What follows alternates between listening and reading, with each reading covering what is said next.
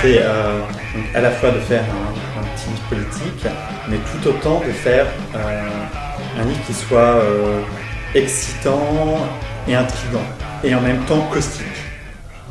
Alors au départ, je tombe amoureux d'une idée. Ça se passe toujours comme ça. C'est suivant ma colère, mon irritation du moment.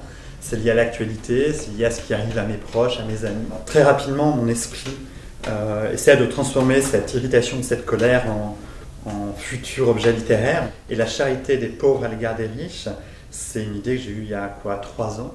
C'était une manière de parler de richesse, pauvreté, cette idée d'inverser le rapport. Alors évidemment, avec un texte court, la difficulté c'est de trouver un éditeur. Et souvent, ces textes courts sont perdus au milieu d'anthologies. Et donc j'attendais qu'un miracle se produise. Et j'attendais que le ciel s'ouvre et qu'un éclair frappe le sol. Par un ami, j'ai fait une bande dessinée avec un copain qui s'appelle Clément Fabre. Et les frères de Clément avaient envie de créer une maison d'édition où tout serait fait à la main, qu'il façonnerait à la main. C'est ça qui me plaisait, c'était l'ambition éthique et esthétique de la maison d'édition des Éclairs qui m'a vraiment donné envie de travailler avec eux. Pour au final faire des petits livres, je pense, qui sont très beaux.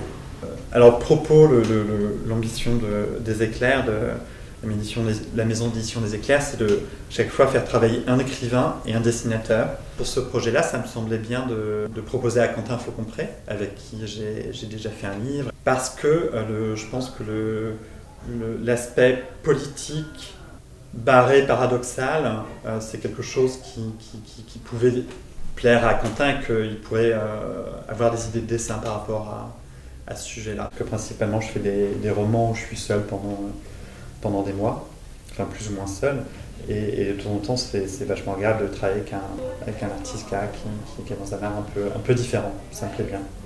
Très tôt, j'avais envie de jouer avec des stéréotypes ou des clichés, et par rapport à quelque chose d'assez manichéen, vu qu'il est beaucoup question de riches, de pauvres, et de s'amuser de ça,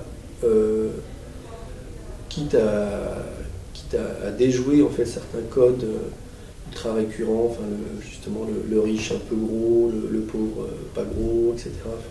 Ce rapport de en haut, en bas, et de quitte à inverser la donne. La plupart du temps, j'utilise plein de directions et de pistes et d'outils différents. Là, en l'occurrence, je travaille avec de la plume, de l'encre de Chine, de pinceau, de l'aquarelle, l'ordinateur, etc. Le scan, les superpositions, plein de procédés. Et oui, l'arizo, il y a un truc, c'est vaporeux en fait, ça se diffuse, c'est étonnant comment la couleur se diffuse. Les aplats aléatoires que ça crée, c'est pas du tout comme la sérigraphie qui va faire des aplats nickel. Là, il y a un rapport de matière colorée qui me plaît vraiment. Et donc maintenant, on est vraiment très impatient de voir l'objet en lui-même, c'est certain.